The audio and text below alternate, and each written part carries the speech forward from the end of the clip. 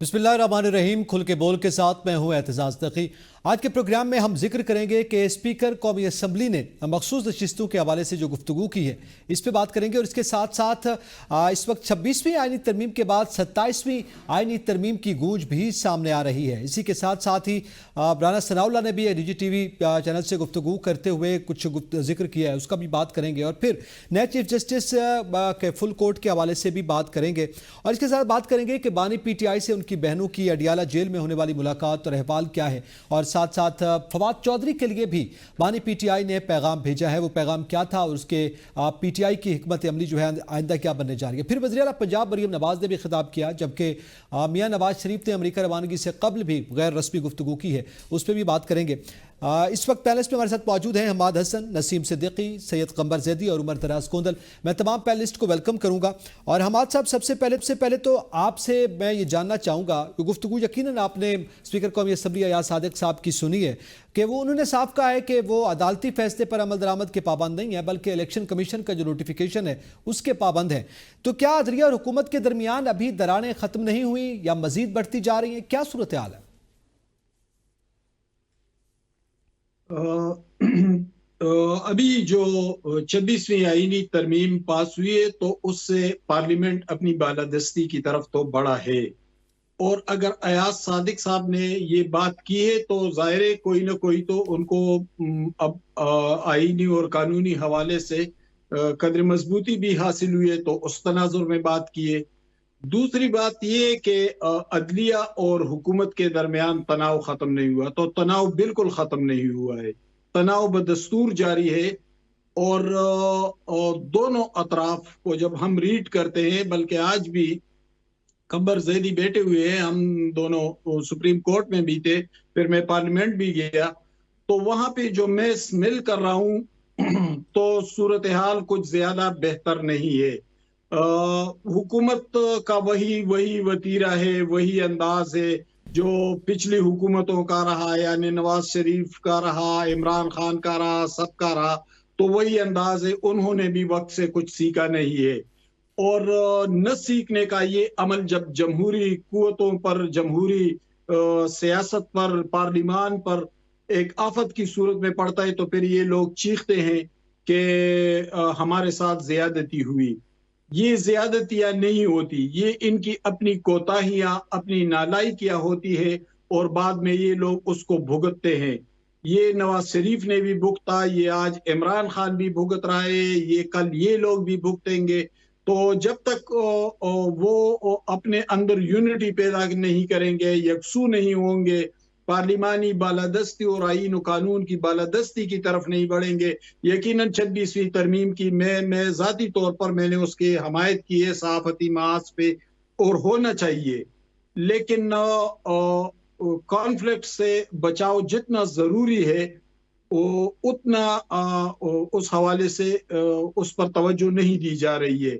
अदलिया और हुकूमत के दरमियान बदस्तूर तनाव मौजूद है, और जो मंजरनामा हमारे सामने है तो जजों के दरमियान एक यूनिटी बनती दिखाई दे रही है। आज भी जो इजलास हुआ है जजेस का, तो मंसूर अली शाह साहब गो के बाहर हैं, उम्रे पे गए हैं, लेकिन वो मुकम्मल पूरी तरह उस इजलास में A to Z वो मौजूद रहे, अपना इनपुट भी देते रहे, दूसरे जजेस भी मौजूद रहे। तो इससे तो जजेस में एक यूनिटी तो जा रहा है।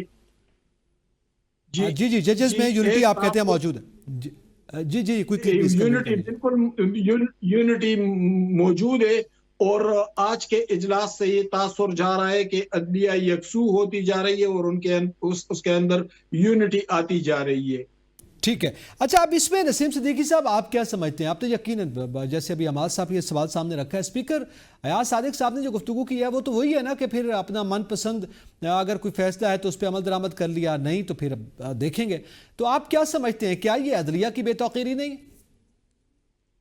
बहुत शुक्रिया। देखें, पाकिस्तान के अंदर आइन और कानून की पामाली तो 75 सालों से चल रही है, लेकिन इस दौर में बढ़ती चली जा रही है, क्योंकि बात सिर्फ ये है कि सुप्रीम कोर्ट जो होती है सबसे बड़ी अदालत होती है, अदालत उज़्मा कहा जाता है उसको।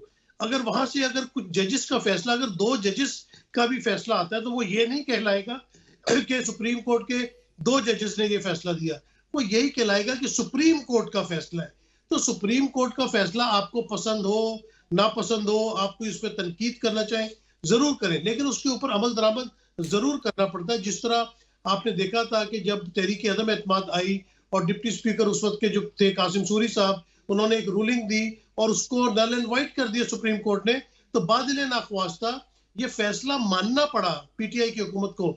इसी तरह यूसुफ रजा गिलानी को जब सुप्रीम कोर्ट के ऑर्डर से निकाला गया तो उनको ये ऑर्डर मानना पड़ा। ये नवाज शरीफ साहब ने भी ऑर्डर माना सुप्रीम कोर्ट का जब उनको पनामा में निकाला गया।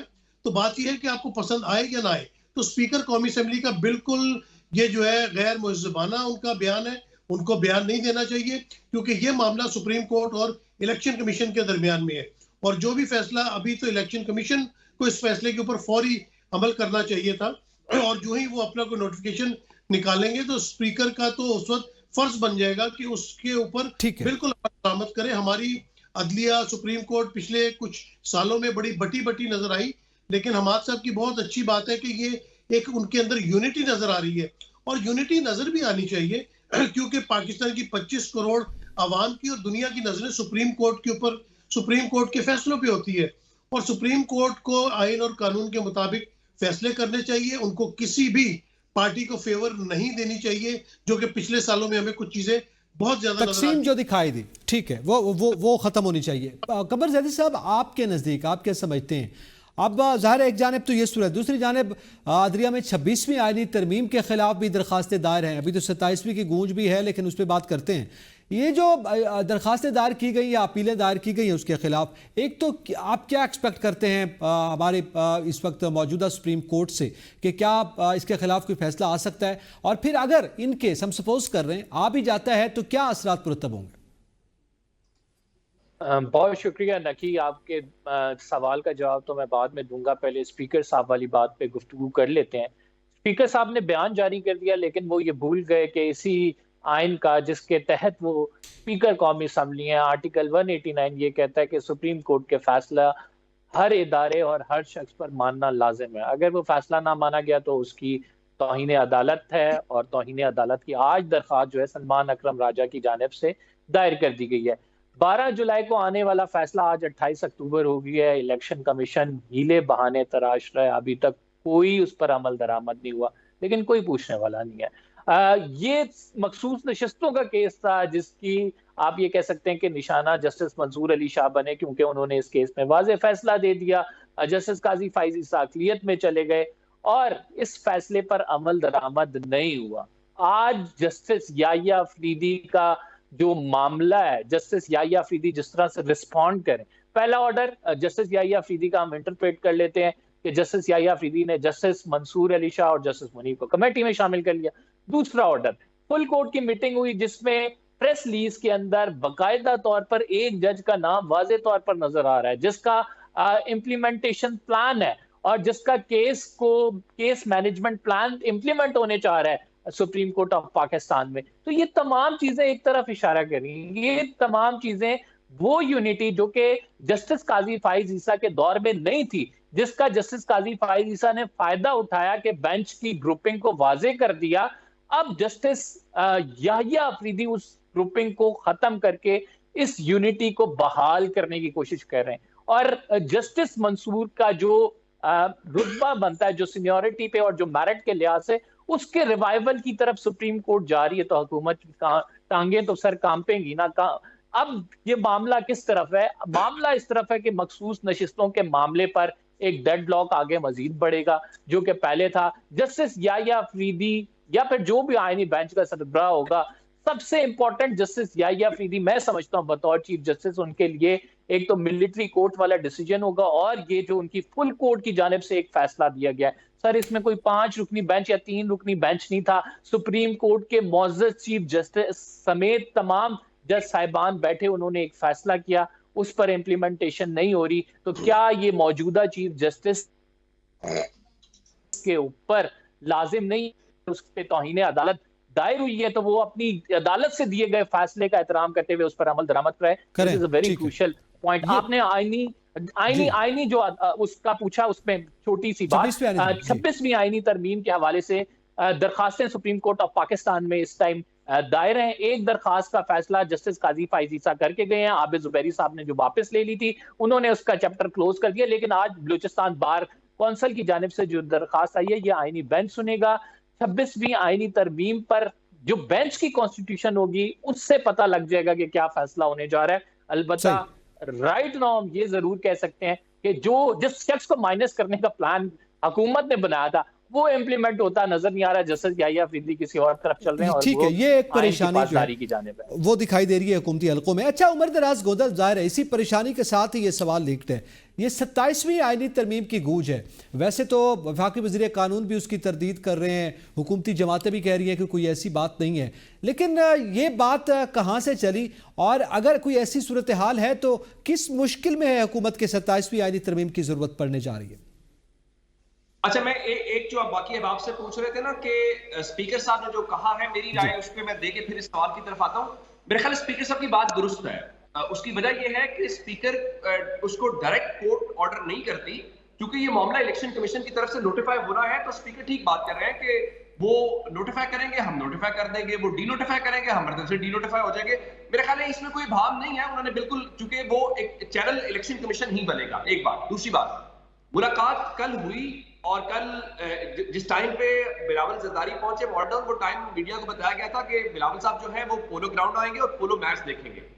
लेकिन वहां पे मुलाकात और उस मुलाकात के अंदर होने वाली गुफ्तगू में चीज वाज़ेह है कि गवर्नमेंट इस वक्त तो खासकर चीफ जस्टिस ने आके 3 जजेस सीनियर के ऊपर मुश्तमिल कमेटी बनाई है, गवर्नमेंट उससे परेशान है। और गवर्नमेंट अब जो मर्जी कहे कि हम आईनी तरमीम नहीं लेके आ रहे, हो सकता है कि वो एक्ट में तब्दीली करें, कोई और तरीका निकालें, ये तो चंद दिनों में पता चलेगा। लेकिन बहरहाल जो जस्टिस याहिया अफरीदी साहब ने जस्टिस मुनीब साहब को और जस्टिस मंसूर साहब को शामिल किया है, उसके ऊपर गवर्नमेंट को कंसर्न्स हैं, क्योंकि ये सारे का सारा जो खेल रचाया गया, वो हमारे साथ बात कर रहे थे बालादस्ती की, ये कोई बालादस्ती नहीं है। बालादस्ती कानून साजी से नहीं होती, बालादस्ती आमाल से होती है। बालादस्ती जब जिन लोगों ने वोट किया है, जिस मुल्क के सबसे बड़े स्टेक होल्डर है पार्लियामेंट के अंदर, जब वही सवाल उठाए कि हमने जिनको वोट दिया वो कैसे हार गए और पोलिंग स्टेशंस पे जीतने वाले कैसे आरओ के कमरों में हार गए, तो फिर बालादस्ती कोई आइडियल गुफ्तगू तो हम कर सकते हैं, लेकिन प्रैक्टिकली वो मुमकिन नहीं है। तो गवर्नमेंट इस किस्म की सारी चीजें करके शायद आने वाले दिनों में और कुछ करे। और रही बात कि उसका हमें जो अभी यार फुल कोर्ट की सूरत में या किसी और सूरत में नजर आएगा, ये पाकिस्तान में सबको नजर आ रहा है कि इसके अंदर जो इंटेंशंस हैं वो ठीक नहीं है। इंटेंशंस जुडिशरी को एम्पावर करना नहीं है, जुडिशरी को के अंदर जो केसेस पेंडिंग है उनको खत्म करना नहीं है। मकसद वो चीजें करना है जिससे इक्तदार को तूल मिले, जिसपे उनकी लीगैलिटी पे जो सवाल है वो रिजॉल्व ना हो। तो मेरा नहीं ख्याल किस तरह चीजें होती जनाब अली, तो फिर पाकिस्तान के अंदर हर डिक्टेटर जो है जिसके पास इस सेटअप से ज्यादा ताकत होती है, डंडा भी होता है, अदालतें भी जेब की घड़ी है, जो भी कहना चाहते हैं वो होती है, तो वो भी एक वक्त के बाद थक जाता है। और फिर ये घोड़ा जो जितना डिलीवर कर रहा है वो भी सबको पता है, और फिर अवाम के अंदर कितनी एक्सेप्टेंस है वो भी पता है। तो आने वाले दिन इंटरेस्टिंग है। ये बात दुरुस्त है कि सुप्रीम कोर्ट से या अदालतों से उसका रद्देबल आएगा, कब आएगा, कैसे आएगा, वो हमारे इस्लामाबाद वाले दोस्त बेहतर में गाइड कर सकते हैं। अच्छा, अब इसी में हमाद हसन साहब, आपके नज़दीक आज कौमी असम्बली में असद कैसर साहब ने भी ये बात की है। उन्होंने कहा कि अगर ये 27वीं आईनी तरमीम की जानिब बढ़े तो फिर हम आवाम को बाहर निकालेंगे, हम सड़कों पे भी आएंगे और असम्बली आवाम में लगाएंगे। तो अगर कोई ऐसी सूरत हाल है, पहले तो ये भी ज़रा आप कंफर्म कर दीजिएगा कि क्या वजह है कि हुकूमत जो है इसकी तरदीद कर रही है, दूसरी जानिब से इस बात पे बहुत ज़्यादा बात की जा रही है, और लेकिन इसके साथ साथ आप क्या कहते हैं, क्या आवाम जो है सड़कों पे आएगी, पीटीआई को एक और मोमेंटम मिलेगा इस बुनियाद पर? पहले तो मैं गोंदर साहब ने जो बात की मैं सही तरह से सुन नहीं पाया, आवाज सही नहीं आ रही थी, लेकिन मैं इतना समझ पाया कि उन्होंने कहा कि जुडिशरी को एम्पावर करें। तो जुडिशरी को एम्पावर करने का मतलब ये है कि पार्लियामेंट को भी कमजोर करें। मुहज़्ज़ब ममालिक में तो पार्लियामेंट ही बालादस्त होता है और इसीलिए उसकी हमायत हम कर रहे हैं कि पार्लियामेंट ही बालादस्त होगा। दूसरी बात उन्होंने की कि इलेक्शन के हवाले से, तो अगर इलेक्शन को रद्द करना है तो फिर पुख्तनख्वा में भी इलेक्शन को रद्द करे। वहाँ की 2 मजबूत जमातों के रहनुमा मौलाना फजलुर रहमान और अहमद वली भी यही रोना रो रहे हैं कि हमारे साथ धांधली हुई है। तो अगर ये इस पे डिबेट करना है तो चलो इस पे बात कर लेते हैं।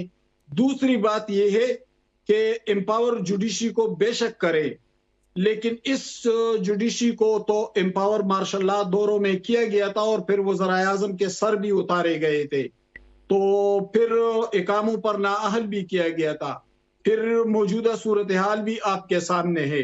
तो एम्पावर करें, लेकिन आईन और कानून के दायरे में रहकर करे। इस तरह एम्पावर न करे कि वो गैर जमहूरी इकदामात की तरफ बढ़े और वो पार्लियामेंट का इख्तियार छीनने की कोशिश करे और 63A को पर जो फैसला आया था जस्टिस मुनीब का उसी तरह करे। नहीं, ऐसे हालात लग रहे हैं आपको लग रहे हैं ऐसे? एक मिनट की आप इंटरप्ट न करें, एक मिनट मुझे बोलने दे जी। देखिए, एम्पावर करे, लेकिन आईन और कानून के संत में चलने के लिए एम्पावर करे, गैर आईनी और गैर जमहूरी इकदामात के लिए एम्पावर न करे। सबसे अहम जो है वो पार्लियामेंट है, उसको एम्पावर करना चाहिए। अब आपके सवाल की तरफ आता हूं कि असद कैसर ने कहा कि हम लोगों को सड़कों पर निकालेंगे। भाई, लोगों को सड़कों पर क्यों निकाल रहे हो? 27वीं तरमीम आ रही है, आप अपना इनपुट दे दे। आप पार्लियामेंटेरियन हैं, आप इसी पार्लियामेंट में बैठे हुए हैं। ये कौन सी बात हुई कि आप रोज रोज कहे कि लोगों को सड़कों पर निकालेंगे? निकाल रहे थे ना। लाहौर में जलसा हो रहा था, फिर कितने पंजाब से कितने लोग आए थे, पिंडी में हो रहा था, कितने आए थे। एहतजाजों की सियासत का शाखसाना हमारे सामने है।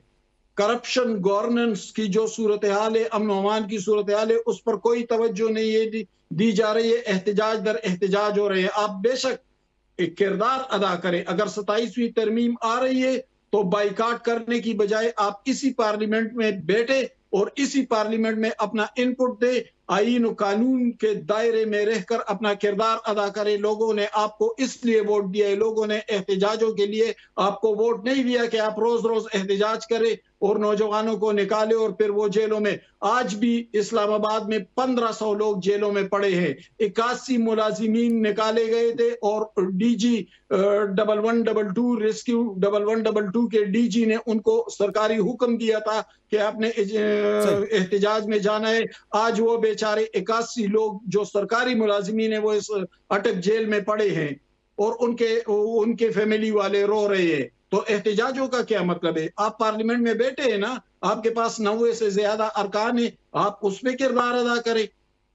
ठीक है। अच्छा, अब इसमें नसीम सिद्दीकी साहब, जाहिर है ये एक जमहूरी अंदाज है, क्या है, पार्लियामेंट के अंदर करना चाहिए, बाहर एहतजाज करनी चाहिए अपनी जगह पे, लेकिन जो बात हम अदलिया के बारे से कर रहे हैं, राना सनाउल्लाह साहब ने निजी टीवी चैनल से गुफ्तगू की, आपने वो भी सुनी है, और उसमें जैसे वो कह रहे हैं कि जस्टिस मंसूर शाह जो है वो मुतनाज़ा जज हैं, इसलिए वो बेंच के हेड ना बने, और जस्टिस याहिया आफरीदी जो हैं वो गैर मुतनाज़ा हैं।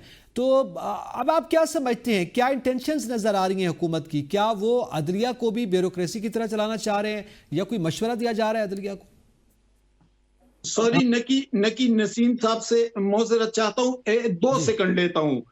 राना सनाउल्लाह कौन होते हैं कि वो कहते हैं कि फला मुतनाज़ा जज है? ये फैसला राना सनाउल्लाह नहीं कर सकते कि ये फला मुतनाज़ा, क्योंकि वो अगर आपके खिलाफ फैसला दे तो वो मुतनाज़ा हो गए। ठीक है, बिल्कुल सही, आपका पॉइंट ऑफ व्यू आ गया। जी नसीम साहब, क्या चाहती है हुकूमत? देखिए, हुकूमत तो ये चाहती है कि अपनी मर्जी का हर काम करे। अभी जिस तरह बात हो रही थी, अभी ये सुनने में आ रहा है कि जिस तरह राना सनाउल्लाह ने कहा कि जी वो मुतनाज़ा है, ये गैर मुतनाज़ा, इसका फैसला राना सनाउल्लाह ने करना है। अभी ये बात आ रही है कि जो सीनियर जज हैं वो मंसूर अली शाह नहीं होंगे, मुनीब अख्तर नहीं होंगे, अब याहिया अफरीदी से जो जूनियर हैं वो सीनियर हो जाएंगे, क्योंकि सीनियर को तो सुपरसीड करके उनको जज लगा दिया, चीफ जस्टिस लगा दिया। ये तो ऐसे ही हो गया कि क्योंकि शहबाज शरीफ अब वजीर आजम बन चुके हैं तो लिहाजा नवाज शरीफ छोटे भाई होंगे और शहबाज शरीफ बड़े भाई होंगे। भाई ऐसे तो नहीं होता ना, जो सीनियर होता है वो सीनियर होता है। आप कौन होते हैं किसी को मुतनाज़ा और गैर मुतनाज़ा बनाने वाले? फैसलों से देखना चाहिए कि किसने क्या फैसले किए। और मंसूर अली शाह बहुत एक काबिल जज है, जितने भी हमारे जस्टिस हजरात हैं वो बहुत ही काबिल हैं। एक तो ये डिवीजन खत्म होनी चाहिए। और फिर अभी बात हो रही थी महज़ब मुल्कों की। भाई महज़ब मुल्कों में रूल ऑफ लॉ होता है, वहां पे पार्लियामेंट सुपीरियर नहीं होती। हर इदारा अपने इदारे की हदूद के अंदर रहता है। ना पार्लियामेंट हुक्म चलाती है सुप्रीम कोर्ट पे, ना सुप्रीम कोर्ट ऑर्डर देती है। मामले चलते हैं आइन और कानून से। जब बंदियाल के जमाने में 90 दिन में आपने आइन और कानून के मुताबिक इलेक्शन नहीं करवाए तो किसने रोगर्दानी की? आइन से इलेक्शन कमीशन ने की, उस वक्त की हुकूमत ने की। उसके बाद आपको जब दोबारा भी फैसले आए, मखसूस नशिस्तों के फैसले आए, सुप्रीम कोर्ट के ऑर्डर तो आप उड़ाते चले जा रहे हैं। तो आप पार्लियामेंट को सुप्रीम बनाते चले गए। पार्लियामेंट कोई सुप्रीम इतनी नहीं है, हर इदारा अपने अपने हदूद में रह के सुप्रीम बनता है, किसी को बाईपास करने की इजाजत नहीं होती। लेकिन इस वक्त हुकूमत के मामला चल रहे हैं। अभी बात हो रही थी जमहूरियत की राह गलाते हैं, और फिर अगर कोई एहतजाज करने की बात कहता है तो कहते हैं आप क्यों सड़कों पे आ रहे हैं, आप क्यों एहतजाज कर रहे हैं। हमने देखा पीटीआई दौर में बिलावल भुट्टो जरदारी कराची से महंगाई मार्च लेके निकले हैं और डी चौक तक गए हैं। उसके बाद मौलाना फजल रहमान ने धरना दिया है। तो भाई जब जमहूरियत के राग अलापते हैं तो जमहूरियत की जो सेंस है उसको भी तो अमल करें। अच्छा, 1500 जो बच्चे इस वक्त जेलों में, उसकी जिम्मेदारी पीटीआई पे डाली जा रही है, और ये नहीं कहा जा रहा कि नाजायज तौर पे गलत आपने दहशतगर्दी के पर्चे काटे हैं, झूठे पर्चे काटे हैं, आप लोगों की दीवारें फलांगते हैं, आप माँ बहनों के ऊपर हाथ डालते हैं। ये इसके खिलाफ कोई बात नहीं कर रहा। हाँ, पीटीआई जो करवा रही है वो बुरा कर रही है। अगर वो एहतजाज कर रहे हैं तो वो क्यों एहतजाज करते हैं, उनको आप ऐसे ट्रीट करते हैं जैसे दहशतगर्द, और दहशतगर्द दंदनाते पाकिस्तान के अंदर फिर रहे हैं। तो मेरे ख्याल से तमाम इदारों को अपनी अपनी हदूद में जाना चाहिए, रहकर काम करना चाहिए। ठीक है, कोई इदारा जो है वो बेलगाम नहीं है, बल्कि सुप्रीम है, मगर अपनी डोमेन में। अच्छा, इसी पे मैं कमर जैदी साहब आपसे जानना चाहता हूँ। आज फुल कोर्ट रेफरेंस था, फुल कोर्ट इजलास हुआ नए चीफ जस्टिस की मौजूदगी में, और 6 माह बाद तकरीबन इस तरीक़ेकार पर गुफ्तगू की गई कि कैसे मुकदमात को जल्दी निपटाना है। लेकिन इसके साथ साथ जस्टिस मंसूर शाह का जो सदारती आर्डिनेंस के हवाले से फुल कोर्ट बुलाने का मामला था, या बुलाए जाने के हवाले से कहा गया था, आप क्या समझते हैं इस पर आज गुफ्तगू नहीं हुई? गुफ्तगू नहीं हुई, क्या आने वाले दिनों में इस पर गुफ्तगू हो सकती है? जो आइंदा फुल कोर्ट इजलास है उसकी क्या आप सूरत हाल देख रहे हैं? देखें ना कि एलामिया में जो चीज़ें होती हैं वो तो एक ऑफिशियल वर्जन होता है। ज़रूरी नहीं है कि एलामिया में अगर ये शामिल नहीं किया गया तो उस पर गुफ्तगू नहीं हुई होगी। मेरी अपनी अंडरस्टैंडिंग ये है कि जितने भी मामलात हैं 26वीं आईनी तरमीम और जजेस कमेटी को लेके ये फुल कोर्ट में डिस्कस हुए हैं, और जो रजिस्ट्रार हैं उन्होंने सुप्रीम कोर्ट की पेंडेंसी के हवाले से बताया है, ब्रीफिंग दी है चीफ जस्टिस पाकिस्तान को। देखिए, इसका आउटपुट क्या है वो बड़ा हमने गौर करना है, और उससे बहुत सारी चीजें ड्राइव हो रही हैं, बहुत सारी चीजों का आगे आने वाले में पता लग रहा है। आउटपुट इसका ये है कि सुप्रीम कोर्ट में एक मीटिंग होती है, फुल कोर्ट बुलाया जाता है। किसके कहने पर सुप्रीम कोर्ट में फुल कोर्ट बुलाया गया? तो आप जरा थोड़ा सा माजी में चले जाएं। जस्टिस काजी फाइज ईसा से ये जस्टिस मंसूर मुतालबा करते नजर आते थे कि ये जो सदारती ऑर्डिनेंस पे आपने एकदम से अमल दरामद करके जस्टिस मुनीब को कमेटी से निकाल दिया, ऐसा ना करें, पहले फुल कोर्ट बुलाएं, हम अपने हाउस में ये तय कर लें कि क्या करना है, और उसके बाद फिर आप कीजिएगा। लेकिन वो नहीं बुलाया गया, और जस्टिस याहिया अफरीदी ने आते ही सबसे पहला काम ये किया कि फुल कोर्ट की मीटिंग बुला ली। अब उस फुल कोर्ट में फैसला भी किसका प्रिवेल कर रहा है? उसी शख्स का कर रहा है जिसको आप माइनस करना चाहते थे, यानी जस्टिस मंसूर अली शाह का फैसला जो है उस फुल कोर्ट में प्रिवेल कर रहा है। अब जजेस के फुल कोर्ट के बाद क्या डायरेक्शन है? देखें, जो राना सनाउल्लाह साहब बात करें कि पहला भी मुतनाज़ा है, दूसरा भी मुतनाज़ा है, तीसरा तो हमने चीफ जस्टिस बना लिया है, तो इसके पीछे क्या जहनियत है? इसके पीछे मैं आपको बता देता हूँ क्या जहनियत है। इसके पीछे ये जहनियत है कि सर जस्टिस याहिया अफरीदी के बाद वाले जज यानी justice Aminuddin Khan is a favourite candidate of government right now for the constitutional benches. Why? Because justice Aminuddin Khan is a person जो कि जस्टिस याहिया अफरीदी के साथ, जस्टिस काजी फाइज ईसा के साथ हर उस बेंच में बैठते रहे जिसका फैसला हुकूमत के हक में और मुखालिफ पार्टियों के खिलाफ है। जैसे आपने मुख्तलिफ 63A के फैसले में देख लें। फिर जस्टिस अमीनुद्दीन खान साहब का जो नोट है, अगर आप उसको स्टडी करें तो जस्टिस अमीनुद्दीन खान साहब नईम अख्तर अगवान के साथ मिलकर जो नोट जारी किया उसमें वो कहते हैं कि मखसूस नशिस्तों का फैसला अगर गैर आईनी हो तो किसी भी आईनी इदारे पर लाजिम नहीं है कि वो उसकी जो है पासदारी करे। यानी सुप्रीम कोर्ट का जज फुल कोर्ट के फैसले पर अमल ना करने की तरगीब दे रहे। It's a huge thing. तो हुकूमत के तो यकीनन वो फेवरेट होंगे, और चौथे नंबर पे हैं चूंकि सीनियरिटी में, इस वजह से पहले दो उनको मुतनाज़ा नजर आ रहे हैं, तीसरे को वो चीफ जस्टिस बना चुके हैं, तो लिहाजा फिर अमीनुद्दीन खान साहब की जानिब उनकी नजरें हैं। और आईनी बेंच बनाने का मकसद ही ये है, हम तो यही कहते हैं कि ये जो तरमीम की गई है ये सिर्फ अपने मकासद के अदलिया की पावर्स को क्लेम करने, अपने मकासद के लिए अदलिया को इस्तेमाल करने के लिए की गई है। अब कॉन्स्टिट्यूशनल बेंच का अगर आपका हेड अपना ना हो, उसमें बैठे हुए जजेस आपकी साइड ना ले सकें, तो फिर क्या फायदा सर? इतनी आपने लोगों को उठा के आईनी तरमीम रात के अंधेरे में करा ली। तो इस वजह से ये सारी गेम प्लान इस वजह से की गई। हम बार बार लोगों को बताते हैं कि ताकि अपनी मर्जी के फैसले लिए जा सकें। इस वजह से हमें राना सनाउल्लाह ऐसे बयान देते हुए नजर आते हैं, हमें अयाज सादिक साहब ये कहते हुए नजर आते हैं जो इलेक्शन कमीशन फैसला करेगा वो देखेंगे। लेकिन हमने उस रीजंस की तरफ नहीं जाना कि इलेक्शन कमीशन को तकरीबन इतने माह हो गए ये फैसला आए हुए, इस पर इंप्लीमेंटेशन नहीं हो रही। 7 से 8 इजलास बुलाए जाते हैं, वजारतें मांगी जाती हैं, लेकिन नोटिफिकेशन नहीं जारी होते। तो अनफॉर्चुनेट है ये, और इस तरह मुल्क नहीं चलते। और एक छोटी सी बात करके मैं उमर दराज गोंदल की तरफ आप चले जाएं।